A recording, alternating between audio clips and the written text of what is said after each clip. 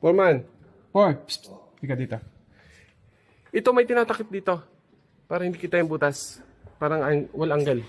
Parang angle na ganyan din kulay. Tanong mo kay ano. Kasi masagwa pag ganito lang. So tatakpan natin yan. Parang wall angle yan.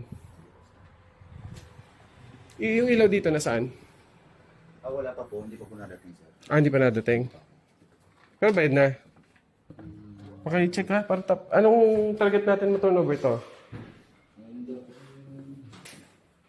Next week ba? Kaso yung sa granite natin. Granite. Sige, sige. Yun na lang po. Granite na lang. Kailangan, mauna naman yung ano, di ba? Cabinet. So, ano yung cabinet? Granite na. Vanity. Okay. So, ito, install na yung... Nalimutan ko kayo nasa raka. Okay. Yan, basta.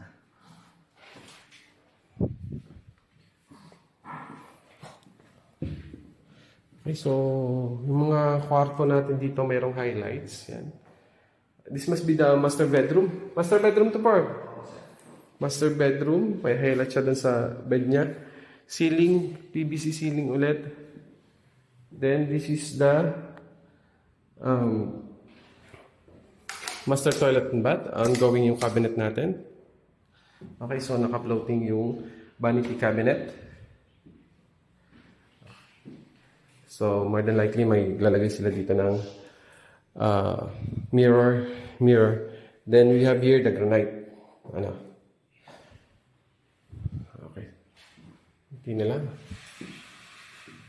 And this is the walk-in closet. Ano? Okay. Kailan kayo dito? Kunti na lang po dito, sir. Kunti na lang ha.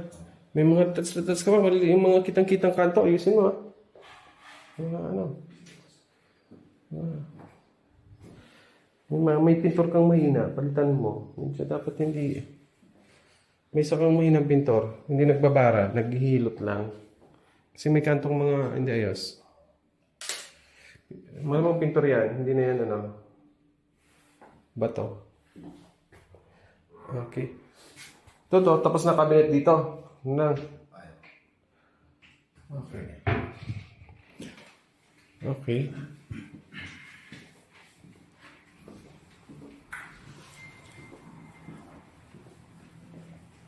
So yung balance natin dito is cabinet, saka yung toilet and bath.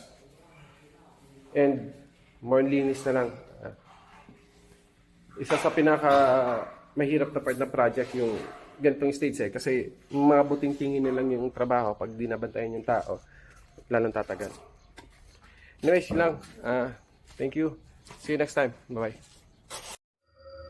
Give them only the best.